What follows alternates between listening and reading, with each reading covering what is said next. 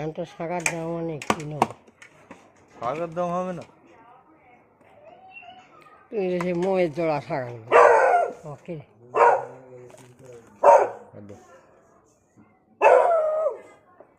এইগুলো 250 টাকা, 200 টাকা, 350 টাকা, যেরকম নেই। আচ্ছা 100 টাকাগুলো এইগুলো 350 টাকা। 200-250 টাকার মধ্যে দেওয়া হবে, পোকা টোকা হবে না। একটু ছোট করে দেবো? ছোট পড়বে একটু? যা তুমি বলছো দেখছি আমি।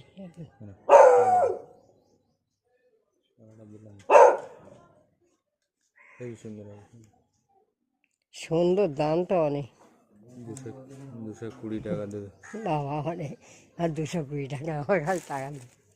150 টাকা নাও। 150 টাকা কিনা পড়ছে না। 200 টাকায় দিয়ে যাও, তুমি নেও আমার থেকে। আমি নিয়ে বলে বল 200।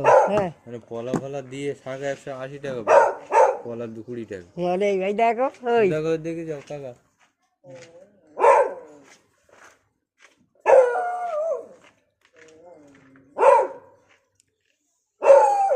ডিজাইন পড়ুনি তো? পরি মোম দিয়ে, আগের বারে মোম ছিল বলে এই গন্ডগোল হয়ে গেছে। মোম হবে না, দেখে আমি দিচ্ছি তো। 170 টাকা নাও, তুমি অনেক নাও। 200 টাকা দাও তো, দাও বাদ। পলা সব এমনি 250 টাকা বিক্রি, কথা বল। পোলা আমি নেবো না, 170 নাও।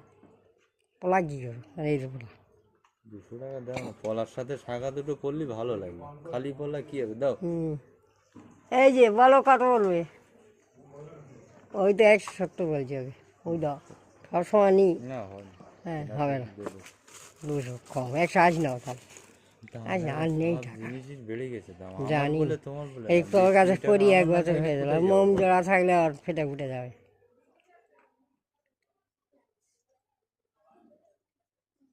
180 না হবে 200 টাকা দেবে, 200 টাকা। না, অত নি 180। 180 দাও। টাকা নি 180 না। কেনা করলে দিয়ে দেয়, আগে ঝগড়া করলেও ভালো হবে। খিচখিচ করে নেবেন, এটা শাখা দেবে, শাখা নেওয়া করতে নেই। কত পয়সা, কত দিচ্ছে, কোথায় কাকে দিছে এই ভা নাকি? কোনটা মা? তো